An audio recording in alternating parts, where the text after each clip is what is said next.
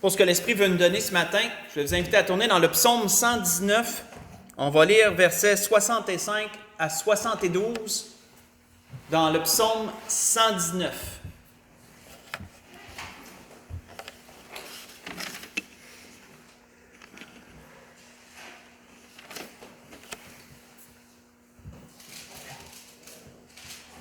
Psaume 119, versets 65 à 72.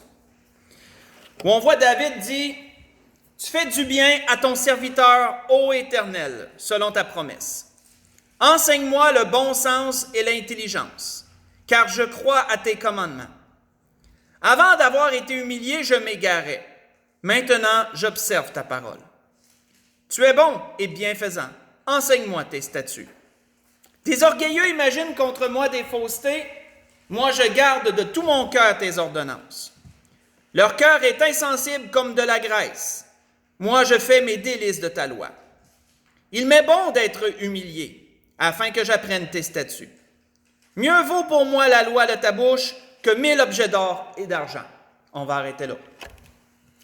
Dans ce qu'on vient de lire, nous remarquons premièrement une chose importante, c'est le désir de David d'être enseigné par Dieu. Comment David considérait comme un point important, même primordial dans sa relation avec Dieu, d'être enseigné par lui. On voit qu'il le répète à 3 endroits, au verset 66, verset 68 et au verset 70. Ça revient, enseigne-moi mon Dieu, enseigne-moi. On voit que de connaître les commandements de Dieu et de les garder, de les chérir, d'en faire ses délices quotidiens, pour David, était une chose vraiment importante. Parce qu'il arrivait quelque chose à ceux qui sont orgueilleux dans ce qu'il dit. À ceux qui sont hautains et orgueilleux, il leur arrivait quelque chose. Qu'est-ce qu'il dit, David? Il dit, des orgueilleux imaginent contre moi des faussetés. On voit qu'au verset 70, il dit, leur cœur, en parlant de ces gens-là, leur cœur est insensible comme la graisse. Frères et sœurs, c'est quoi d'être insensible? Être insensible, selon le dictionnaire, veut dire qu'il n'éprouve plus de sensation, plus de sensibilité, en d'autres mots. Et David faisait un parallèle entre l'insensibilité et la graisse. Il citait un peu comme un exemple. Parce que dans la graisse, si on regarde un peu cela, dans la graisse, il n'y a pas de muscles, il n'y a pas de nerfs. Il n'y a absolument rien qui pourrait produire une sensibilité quelconque. Donc, c'est pourquoi David dit « Leur cœur est insensible comme la graisse ». Comment David voulait se préserver de ça?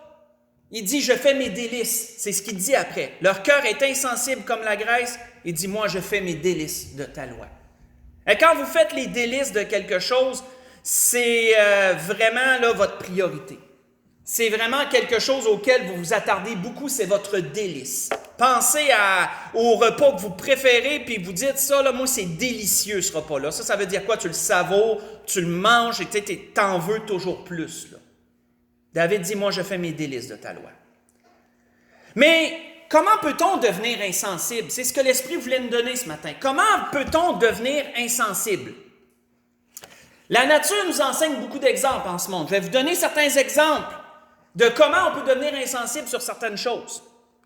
Un exemple, j'ai pris comme je faisais des études par-ci par-là. Si on prend par exemple le sel, mettons si on prend le sel et le sucre. Il a été prouvé qu'une exposition, une consommation répétée assez élevée de sel ou de sucre peut produire une insensibilité face à ça. De sorte que toi, tu vas manger beaucoup salé, mettons, ou beaucoup sucré, puis avec le temps, tu le goûteras plus, ou quasiment plus, puis ça va en prendre encore plus pour que tu puisses réussir à le goûter. De sorte encore que si quelqu'un vient manger avec toi, puis que toi, tu manges très, très salé, mais tu le goûtes plus, la personne au côté, elle va quasiment vouloir cracher sa bouchée parce qu'elle va dire « Ah, c'est donc bien salé, ça! » ou « C'est donc bien sucré! » Puis toi, tu vas dire « Ben, non, c'est pas si pire que ça. » Pourquoi? Parce que consommation répétée élevée de sucre ou de sel, entre autres ceux-là, mais il y a d'autres exemples aussi, vont produire une insensibilité. On vient qu'on ne le sent plus. Saviez-vous que pour l'odorat, c'est la même chose? Encore des études ont démontré que si vous êtes exposé à une certaine odeur, sur une base régulière pendant un certain temps, vous ne le sentez plus. Personnellement, j'ai déjà vécu l'expérience quand j'habitais chez mes parents, jeune adulte. Mes parents habitent à Saint-Joachim-de-Shefford, ils habitent encore là d'ailleurs. Il y a juste des fermes alentours. J'ai travaillé dans une ferme pendant 2 ans. C'est une ferme de. Il y avait des vaches à lait, mais il y avait aussi un autre. Le gars, il y avait 2 fermes. Il y avait une ferme porcine aussi. Puis quand je revenais chez mes parents, moi, je me sentais pas, ma mère me sentait. Puis ma mère me disait, tu te déshabilles dehors, tu mets ça dans un sac, puis après ça, tu rentres dans la maison. Il fallait que je rentre par la cave, il fallait même pas que je rentre en haut. Parce que moi, je disais, ça sent pas si pire que ça. Mais ma mère, elle me sentait de très loin. Surtout la ferme porcine, c'était pire que la ferme à vaches. Pourquoi? Parce qu'avec le temps, à force d'être exposé à cette odeur-là, je la sentais plus. J'en étais devenu insensible. Saviez-vous que c'est la même chose avec l'ouïe? Que si tu es exposé à un certain bruit pendant un certain temps, ton cerveau en vient qu'à en faire abstraction, selon des études, de sorte que tu ne l'entends plus, mais c'est là. Un exemple, je vais vous citer une étude que j'ai trouvée vraiment intéressante. Ils ont pris, mettons, des gens qui habitaient au coin d'une rue très passante dans une ville. Puis ils ont commencé à les interroger puis à faire des examens sur eux autres, à savoir comment ils peuvent réussir à habiter là. Puis ils se sont rendus compte que ces gens-là, les bruits des autos qui passent puis tout, ils l'entendaient plus. Leur cerveau en était devenu en faire abstraction de sorte que c'était là, mais ils en étaient devenus comme insensibles. Puis ensuite, ils ont pris des gens qui habitaient, mettons, en campagne, qui les ont emmenés dans un milieu comme ça, puis ces gens-là n'étaient même pas capables de dormir, ils n'étaient plus capables, ils étaient en train de virer fous. Parce que certains types de gens étaient tellement habitués au silence, d'entendre tout ce bruit-là, ils n'étaient pas capables, ils étaient trop sensibles. Mais ces gens-là qui habitaient en milieu rural, eux, étaient devenus insensibles au bruit parce qu'ils l'entendaient tellement souvent que le cerveau en faisait abstraction. Puis eux, c'est drôle parce qu'ils ont été amenés dans un endroit très silencieux, puis ils ont eu besoin du bruit, même pour s'endormir, ils avaient besoin du bruit. Parce que c'était rendu justement qu'il manquait quelque chose. Donc, c'est assez spécial comment on peut voir comment on peut devenir insensible sur différents points. Sur une base moins réjouissante maintenant, saviez-vous que par la vue, on peut devenir aussi insensible à certaines choses qu'on voit? Je vous donne un exemple. Dans le temps que l'État islamique était à son plus fort et qu'on sait que les méthodes de recrutement pour l'État islamique, entre autres les jeunes, déjà qui formaient des jeunes à devenir de futurs terroristes, il y a des psychanalystes, il y a des psychologues qui se sont penchés sur les traitements qui leur faisaient vivre pour les amener à devenir comme ça. Et ce qu'ils ont découvert, c'est que à force de voir de la violence sur une base répétée, de voir des sévices faits sur des gens, de les forcer à regarder des exécutions de masse, à force de les forcer à regarder des sévices, des batailles, des sévices, ils se sont rendus compte qu'au-delà d'un certain seuil de tolérance, au début, les jeunes étaient horrifiés de voir ça, mais au-delà d'un certain seuil de tolérance, c'est comme s'il y a un breaker qui sort dans le cerveau, et là, ils deviennent insensibles. Ils deviennent insensibles à la violence, insensibles à ces choses-là. Ça ne leur fait plus rien. Et la conclusion des psychologues, c'était que ces terroristes-là devenaient des psychopathes. Parce qu'un psychopathe, selon la définition, c'est quelqu'un qui ne ressent plus, qui ne voit plus la violence de la même façon. Il y a certaines choses, il y a certaines émotions qu'il ne ressent plus, de sorte qu'il peut tuer quelqu'un puis ça ne fait ni chaud ni froid. Il devient insensible.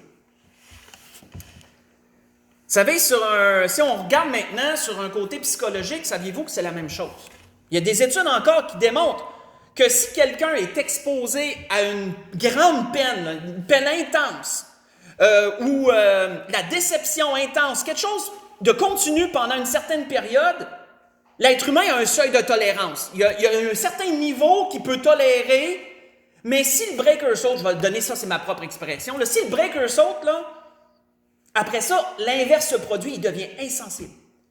Quelqu'un qui subit de la peine pendant, et puis on ne parle pas de petites peines, on parle de choses intenses pendant longtemps, peut devenir insensible à la peine. Si le breaker saute, c'est carrément le contraire qui se produit, il en devient insensible. Ça peut être la même affaire avec la déception, ça peut être la même chose avec beaucoup d'émotions négatives. Ça peut arriver. Mais Comment peut-on devenir insensible spirituellement? Le Seigneur, lui, nous le dit. Tournons dans Matthieu 13. Allons voir cela. Étude intéressante ce matin. Tournons dans Matthieu 13. Allons voir. Comment peut-on devenir insensible spirituellement? Parce qu'on a vu que sur bien des points, que ce soit physique, que ce soit psychologique, on peut devenir insensible. Et c'est pas mal, la plupart du temps, la même chose. C'est une exposition répétée pendant une certaine période peut produire de l'insensibilité. Mais spirituellement, comment peut-on devenir insensible? Dans Matthieu 13, le Seigneur le disait. Si on commence à lire à partir du verset 10, le Seigneur en a parlé. On voit qu'il est dit, les disciples approchèrent de lui et dirent, « Pourquoi leur parles-tu en parabole? » Parce que précédemment, on a vu que le Seigneur a donné une première parabole sur le semeur qui est les 4 semences, les 4 différentes semences. Ensuite, les disciples demandent au Seigneur, pourquoi que le Seigneur parlait à tout le monde, à la foule en général, en parabole? Et Jésus leur répondit, « C'est parce qu'il vous a été donné de connaître les mystères du royaume et que cela ne leur a pas été donné. Car on donnera à celui qui a, il sera dans l'abondance, mais à celui qui n'a pas, on ôtera même ce qu'il a. C'est pourquoi je leur parle en parabole, parce qu'en voyant, ils ne voient point, et qu'en entendant, ils n'entendent point, ni ne comprennent. Et pour eux s'accomplit cette prophétie d'Ésaïe. Et écoutez bien la prophétie. Vous entendrez de vos oreilles et vous ne comprendrez pas. Vous verrez de vos yeux et vous ne verrez point. Et là, le Seigneur parle et donne qu'est-ce qui est arrivé. Verset 15. Car le cœur de ce peuple est devenu insensible. Pourquoi? Lisons la suite. Il est devenu insensible, ils ont endurci leurs oreilles et ils ont fermé leurs yeux, de peur qu'ils ne voient de leurs yeux, qu'ils n'entendent de leurs oreilles, qu'ils ne comprennent de leur cœur, qu'ils ne se convertissent et que je ne les guérisse. Mais heureux, disait le Seigneur, sont vos yeux parce qu'ils voient et vos oreilles parce qu'elles entendent. On va arrêter là. C'est intéressant, frères et sœurs, parce qu'on voit que spirituellement, tu peux devenir insensible si volontairement tu fermes ton oreille à Dieu sur ce qu'il te dit et si volontairement tu fermes tes yeux sur ce que Dieu te montre. Si volontairement tu fais ces choses, sur une base répétée, tu peux devenir insensible spirituellement à une certaine chose. Spécial. On voit que l'apôtre Paul, faites juste écouter, l'avait cité également aux Juifs dans l'opposition qu'ils vivaient de leur part de façon répétée quand il les enseignait dans les synagogues. Et on voit que l'apôtre Paul leur cite la même prophétie d'Ésaïe que le Seigneur pour leur dire le même message. On voit qu'il est dit, faites juste écouter, « Les Juifs lui fixèrent un jour et plusieurs vinrent le trouver dans son logis. Paul leur annonça le royaume de Dieu en rendant témoignage et en cherchant par la loi de Moïse et par les prophètes à les persuader en ce qui concerne Jésus. L'entretien dura depuis le matin jusqu'au soir. Les uns furent persuadés par ce qu'ils disaient, les autres ne crurent point. Comme ils se retiraient en désaccord, Paul n'ajouta que ces mots. C'est avec raison que le Saint-Esprit, en parlant à vos pères par le prophète Ésaïe, a dit, va vers ce peuple et dis, vous entendrez de vos oreilles et vous ne comprendrez point. Vous regarderez de vos yeux et vous ne verrez point. Car le cœur de ce peuple est devenu insensible, ils ont endurci leurs oreilles, ils ont fermé leurs yeux. De peur qu'ils ne voient de leurs yeux, qu'ils n'entendent de leurs oreilles, qu'ils ne comprennent de leur cœur, qu'ils ne se convertissent et que je ne les guérisse. Sachez donc, disait Paul, que ce salut de Dieu a été envoyé aux païens et qu'ils l'écouteront. Et lorsqu'il leur dit cela, les Juifs s'en allèrent discutant vivement entre eux. Voyez ça dans les Actes chapitre 28, ce que je vous ai cité, verset 23 au verset 29. Pourquoi? Parce que certains Juifs, une majorité de Juifs, ont volontairement fermé leurs oreilles au message encore qui concernait Jésus. Ils ont volontairement fermé leurs yeux sur ce que Dieu leur avait montré à propos de Jésus. La résurrection, etc., les témoignages des apôtres et tout. Ils ont volontairement fermé leurs oreilles et fermé leurs yeux à ça. Et qu'est-ce que ça a fait? Leur cœur est devenu insensible aux témoignages. Il est, comment je pourrais dire, c'est important de considérer que ces deux choses-là peuvent produire l'insensibilité spirituelle. Premièrement, le refus d'écouter. Tournons dans Jérémie 7. Allons voir cela. Allons voir un exemple du peuple. Jérémie chapitre 7. Premièrement, le refus d'écouter, parce que ces deux choses-là peuvent produire une insensibilité spirituelle. Le refus, premièrement, d'écouter. Qu'est-ce que le prophète dit par la bouche de l'Éternel à son peuple? Dans Jérémie chapitre 7, on va lire à partir du verset 21 jusqu'au verset 28.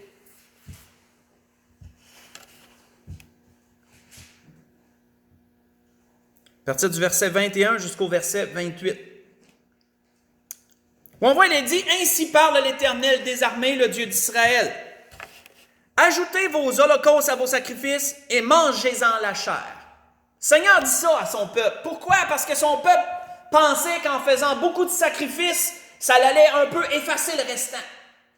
Puis que le Seigneur leur dit, prenez tous vos sacrifices puis mangez-en la chair. Autrement dit, là, je m'en fous de vos sacrifices en termes vraiment vulgaires. Là. Tout ça, ça me fait ni chaud ni froid, dit le Seigneur. Car je n'ai point parlé avec vos pères et je ne leur ai point donné aucun ordre. Le jour où je les ai fait sortir du pays d'Égypte au sujet des holocaustes et des sacrifices. Quand ils sont sortis d'Égypte, je ne leur ai pas demandé de me faire un tas de sacrifices. Mais, voici l'ordre que je leur ai donné. Écoutez ma voix, et je serai votre Dieu, et vous serez mon peuple. Marchez dans toutes les voies que je vous prescris, afin que vous soyez heureux. Mais qu'est-ce qui est arrivé? Ils n'ont point écouté, ils n'ont point prêté l'oreille, ils ont suivi les conseils et les penchants de leur mauvais cœur. Ils ont été en arrière et non en avant. Depuis le jour où vos pères sont sortis d'Égypte, du pays d'Égypte, jusqu'à ce jour, je vous ai envoyé tous mes serviteurs les prophètes. Je les ai envoyés chaque jour, dès le matin. Mais ils ne m'ont point écouté, ils n'ont point prêté l'oreille, ils ont raidi leur cou, ils ont fait le mal plus que leur père. Si tu leur dis toutes ces choses, ils ne t'écouteront pas. Voyez-vous que ça, c'est volontaire. Si tu leur dis toutes ces choses, ils ne t'écouteront pas. Si tu cries vers eux, ils ne te répondront pas. Alors dis-leur, c'est ici la nation qui n'écoute pas la voix de l'Éternel son Dieu et qui ne veut pas recevoir instruction. La vérité a disparu et s'est retirée de leur bouche. On va arrêter là. C'est triste quand on voit ça, frères et sœurs, mais c'était la condamnation que Dieu donnait à son peuple. Ils étaient devenus insensibles à la voix de Dieu, à ce qu'il leur demandait. Pourquoi? À force de refus volontaires répétés d'écouter, ils en sont devenus insensibles. On voit que c'est pourquoi qu'à plusieurs endroits dans le livre de Jérémie, entre autres, c'est retrouvé souvent, il est dit, ils n'ont point écouté, ils n'ont point prêté l'oreille. Ça, c'est une expression qui revient beaucoup dans le livre de Jérémie. Vous le retrouvez, entre autres, dans le chapitre 11, verset 8, chapitre 17, verset 23, chapitre 25, verset 4, toujours la même expression qui revient au courant du livre. Et c'est pas pour rien que pour le peuple juif spécialement, la lettre aux Hébreux qui s'adresse directement à eux en parle aussi. Allons voir cela dans Hébreux chapitre 3. Allons voir cela. Qu'est-ce qu'elle dit, cette lettre aux Hébreux, en ce qui concerne les Juifs?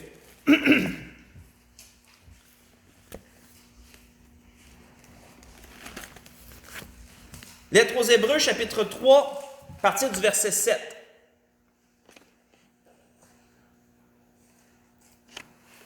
On voit que l'auteur de ce livre fait expressément cet avertissement pour eux. Ça revient, il fait un lien avec leur histoire.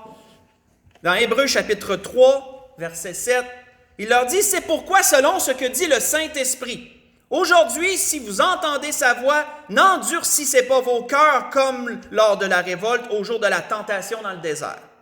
Au jour où vos pères me tentèrent pour m'éprouver et ils virent mes œuvres pendant 40 ans.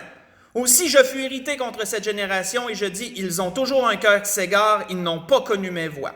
Je jurai donc dans ma colère, ils n'entreront pas dans mon repos. Prenez garde, frères, que quelqu'un de vous n'ait un cœur mauvais et incrédule au point de se détourner du Dieu vivant. Mais exhortez-vous les uns les autres chaque jour, aussi longtemps qu'on peut dire aujourd'hui, afin qu'aucun de vous ne s'endurcisse par la séduction du péché. Car nous sommes devenus participants de Christ pourvu que nous retenions fermement jusqu'à la fin l'assurance que nous avions au commencement. Pendant qu'il est dit aujourd'hui, si vous entendez sa voix, n'endurcissez pas vos cœurs comme lors de la révolte.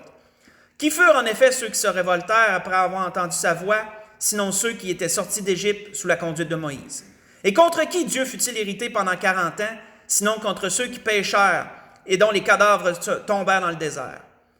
Et à qui jura-t-il qu'il n'entrerait pas dans son repos, sinon à ceux qui avaient désobéi? Aussi voyons-nous qu'ils ne purent y entrer à cause de leur incrédulité. Ce que l'auteur d'Hébreux nous cite ici, frères et sœurs, c'est en lien avec ce qu'a dit le prophète Ésaïe, le prophète Jérémie, etc., quand il a parlé d'insensibilité spirituelle. Et qu'est-ce qui avait produit ça? C'était premièrement le refus d'entendre ce que Dieu nous dit.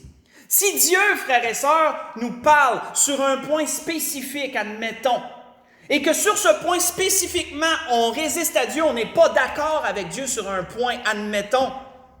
Si on résiste pendant un certain temps et que Dieu nous répète toujours ce qu'il veut et que nous, on dit non, à un moment donné, on peut en devenir insensible. Dieu va continuer à en parler, puis ça va te faire ni chaud ni froid. Parce que tu es devenu insensible à ce point-là. Pourquoi? Parce que tu endurcis ton oreille de façon répétée sur ça. Tu peux en devenir insensible. Et vous savez, c'est la même chose sur ce qu'on voit. Parce que le Seigneur l'a dit. Et le Seigneur avait dit quoi dans ce qu'on a lu? Il avait dit, ils ont endurci leurs oreilles, ils ont fermé leurs yeux. Et qu'est-ce que l'auteur d'Hébreux a dit? Il dit, vos pères, ils ont vu pendant 40 ans mes miracles dans le désert. Pendant 40 ans, ils ont vu ce que je faisais dans le désert. Si, frères et sœurs, d'une façon répétée, nous fermons les yeux sur ce que Dieu nous montre, parce que parfois Dieu peut nous montrer des choses, mais on n'est pas d'accord. Et si Dieu nous montre des choses pendant un certain temps et que nous refusons de les voir pendant un certain temps, on peut en devenir insensible. Allons voir dans Ézéchiel ce qui s'est passé, Ézéchiel chapitre 12. Allons voir ce qui s'est passé pour l'exemple des yeux. Ézéchiel chapitre 12. Je suis vraiment resté surpris quand j'ai lu ça. Ézéchiel chapitre 12, on va commencer au verset 1. On va commencer au verset 1.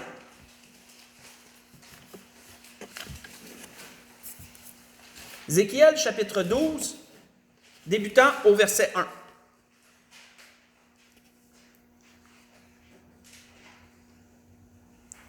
On sait qu'Ézéchiel fait un peu,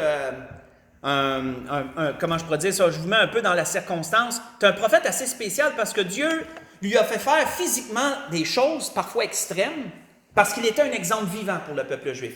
Et le prophète Ézéchiel, beaucoup de prophètes ont parlé, mais le prophète Ézéchiel, Dieu, il faisait plus que le faire parler, il faisait vivre des choses, puis à la vue des autres, et il servait de témoignage vivant aux autres.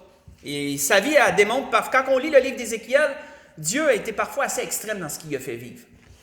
On peut voir dans Ézéchiel chapitre 12, verset 1, il est dit « La parole de l'Éternel me fait adresser en ces mots. Fils de l'homme, tu habites au milieu d'une famille de rebelles, qui ont des yeux pour voir et qui ne voient point, des oreilles pour entendre et qui n'entendent point. Car c'est une famille de rebelles. Et toi, fils de l'homme, prépare tes effets de voyage et pars de jour sous leurs yeux. » Notez bien, on va continuer à lire, mais notez bien ce que Dieu lui demande. Tu vas te préparer comme pour aller en voyage. Puis tu t'assures qu'ils te regardent. Tu fais ça devant eux, là, sous leurs yeux. Ça revient souvent, ça. Donc, tu fais ça sous leurs yeux. Pars en leur présence, du lieu où tu es, pour un autre lieu. Peut-être verront-ils qu'ils sont une famille de rebelles. Sors tes effets comme des effets de voyage, de jour sous leurs yeux. Et toi, pars le soir en leur présence comme partent des exilés. Sous leurs yeux, tu perceras la muraille, et tu sortiras tes effets par là. Sous leurs yeux, tu les mettras sur ton épaule, tu les sortiras pendant l'obscurité, tu te couvriras le visage, et tu ne regarderas pas par terre. Car je veux que tu sois un signe pour la maison d'Israël. Alors ensuite, il est dit, je fis ce qui m'avait été ordonné. Je sortis de jour mes effets, comme des effets de voyage. Le soir, je perçai la muraille avec la main, et je les sortis pendant l'obscurité, les mis sur mon épaule en leur présence. Donc, voyez-vous, il voyait ce qu'il était en train de faire, là, parce qu'il s'est assuré, Dieu, il avait dit, il faut qu'il te voie, là. Le matin, la parole de l'Éternel me fait adresser en ces mots. Fils de l'homme, la maison d'Israël, cette famille de rebelles, ne t'a-t-elle pas dit, que fais-tu? Oh, Dieu fait remarquer quelque chose de spécial à Ézéchiel. T'as-tu remarqué qu'il n'y a personne qui t'a demandé ce que tu es en train de faire, là? Ils t'ont tout vu, là. Mais il n'y a personne qui t'a demandé qu'est-ce que tu es en train de faire, là. Dis-leur, ainsi parle le Seigneur l'Éternel. Cet oracle concerne le prince qui est à Jérusalem et toute la maison d'Israël qui s'y trouve. Dis, je suis pour vous un signe, ce que j'ai fait, c'est ce qui leur sera fait. Ils iront en exil, en captivité. Le châtiment de Dieu, pourquoi? Parce qu'ils avaient vu, puis ils ont décidé de ne pas voir. C'est drôle, hein? Ils ont vu, puis ils n'ont jamais demandé « Hey, pourquoi tu fais ça, Ézéchiel? Qu'est-ce que tu es en train de faire là? Ça veut dire quoi? » Ils l'ont vu faire, puis ils ont fait comme s'ils ne voyaient rien.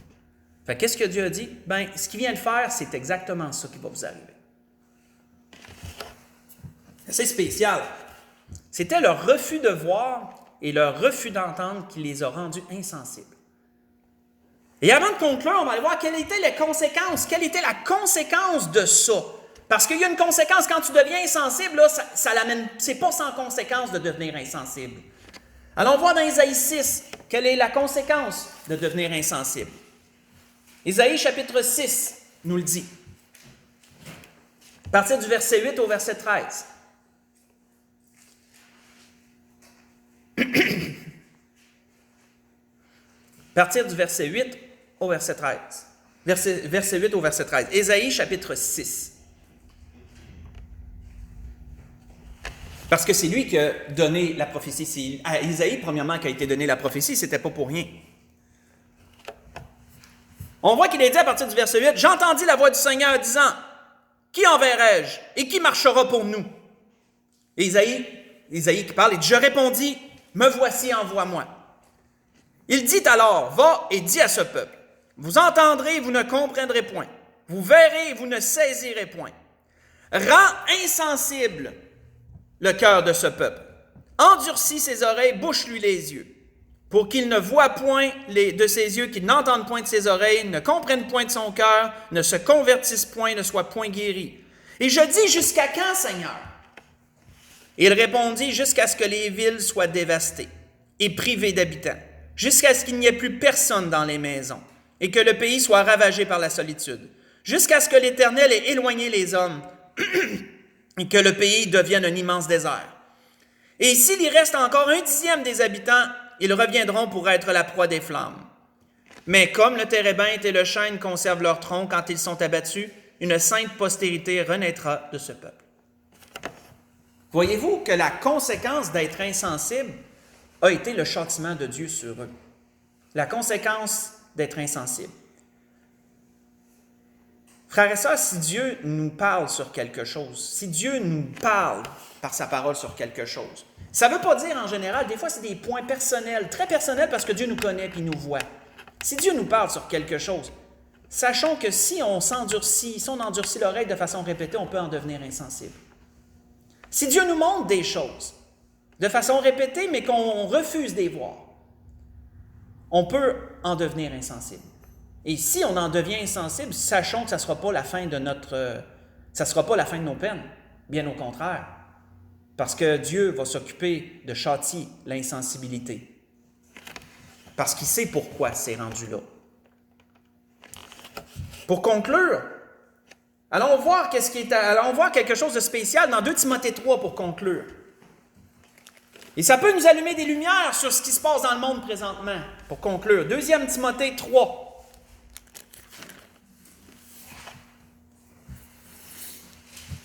Verset 1 au verset 5.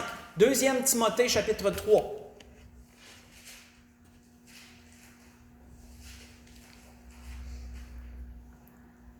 Qu'est-ce que l'apôtre Paul dit à Timothée? « Sache que dans les derniers jours, il y aura des temps difficiles, car les hommes seront égoïstes, amis de l'argent, fanfarons, hautains, blasphémateurs, rebelles à leurs parents, ingrats, irreligieux, insensibles, déloyaux, calomniateurs, intempérants, cruels, ennemis des gens de bien, traîtres, emportés, enflés d'orgueil, aimant le plaisir plus que Dieu, ayant l'apparence de la piété, mais reniant ce qui en fait la force. Éloigne-toi de ces hommes-là. » Arrêtons là. Si je vous disais, frères et sœurs, que la majorité de ce qu'on vient de lire est due à l'insensibilité, parce que c'est d'ailleurs noté. Après irreligieux, c'est écrit quoi? Les gens sont insensibles. Satan, par exposition répétée de toutes sortes de choses au fil des années, a rendu les gens insensibles. Parce qu'on l'a vu, sur bien des points, c'est comme ça que ça se fait. Tu deviens insensible à la force, De voir ou d'entendre, etc., de façon répétée, tu deviens insensible. Les gens de notre époque, frères et sœurs, si c'est rendu comme l'apôtre Paul le dit, le mot en dessous de tout ça, c'est qu'ils sont devenus insensibles. Si on pense par exemple au divorce, v'là 40 ans, si un couple qui divorçait, là, c'était une explosion qui se passait dans ton entourage. Les gens alentour de toi étaient comme, ben voyons, ça se fait pas, ça se peut pas. Les gens essayaient d'aller vous aider, essayer de réconcilier les choses, parce que ça semblait impensable pour les gens que ça l'arrive. Et notez de nos jours, si quelqu'un se divorce, ils sont divorcés, ils sont séparés. Qu'est-ce qui fait que, v'là 40 ans, mais je donne 40 ans, mettons, peut-être plus, là, mais qu'est-ce qui fait que, v'là un temps, c'était grave, mais qu'aujourd'hui, ça ne veut plus rien dire, ou peu? Les gens sont devenus insensibles. À force de le voir, à force d'en entendre parler, les gens deviennent que ça fait partie de la normalité. Ils sont devenus insensibles. Prends l'exemple de la violence, mettons, la violence autant dans les films, mettons, dans les jeux vidéo, etc. Quand les films ont commencé à paraître sur la télé, mon père a connu ça, puis j'en ai déjà parlé avec lui, puis mon père me racontait que dans les premiers films qui sortaient où quelqu'un se faisait tuer à télé, les gens braillaient dans leur maison quand ils voyaient la personne avait été faite. Pourtant, c'est un film, mais les gens, ça les touchait tellement qu'ils en braillaient, là, puis les films étaient en noir et blanc en plus, imaginez. Mais ils voyaient ça, puis ils braillaient dans la maison. Aujourd'hui, des tueries de masse, des jeux vidéo assez réalistes avec que tu tues du monde, puis les gens se leur font ni chaud ni froid. Les gens sont devenus insensibles. La violence, les gens sont devenus de moins en moins sensibles à la violence. Pourquoi? Par exposition répétée de violence d'un film, d'un jeu, etc. Les gens deviennent de moins en moins sensibles. Et Satan veut ça. C'est voulu, ça. Si on regarde le langage, mettons, vulgaire, il y a tant d'années, il y a des mots qui ne se disaient même pas à télé. Et si tu aurais dit ça à télé, oublie ça, tu n'aurais jamais repassé sur aucune onde. Si tu aurais dit quelques mots en public qui auraient été vulgaires, tu aurais été censuré. Regardez à cette heure comment les humoristes, entre autres, puis bien d'autres, comment tu peux dire de vulgarité à la télé, puis ça passe ouvertement. Liberté d'expression. Pourquoi? Les gens sont devenus insensibles à la vulgarité. Puis, qu'est-ce que ça fait? Ça fait pareil comme le sel puis le sucre. T'en mets encore plus pour que les gens disent « Ouais, c'est rendu vulgaire. » Ça, c'est parce que ça en prend encore plus à cette heure. On est rendu insensible. Les gens, en général, sont devenus insensibles.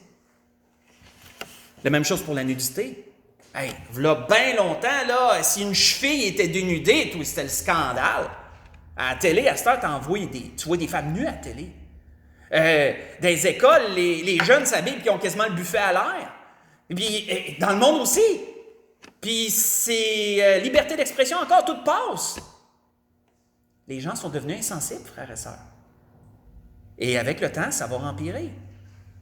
Voyez-vous comment Satan a pu amener ça avec le temps? Exposition répétée, tout le temps, petit peu, toujours. Les gens deviennent totalement insensibles.